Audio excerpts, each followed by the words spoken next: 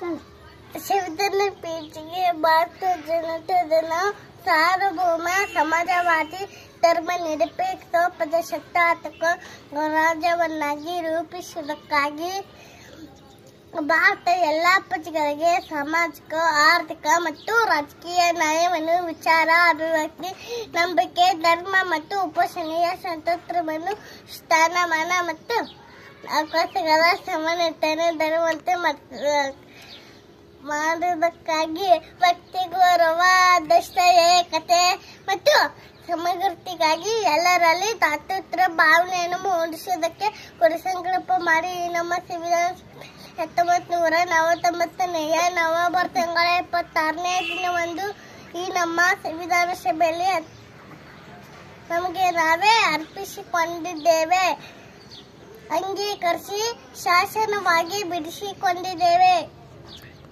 Jai Hind, Jai Karnataka.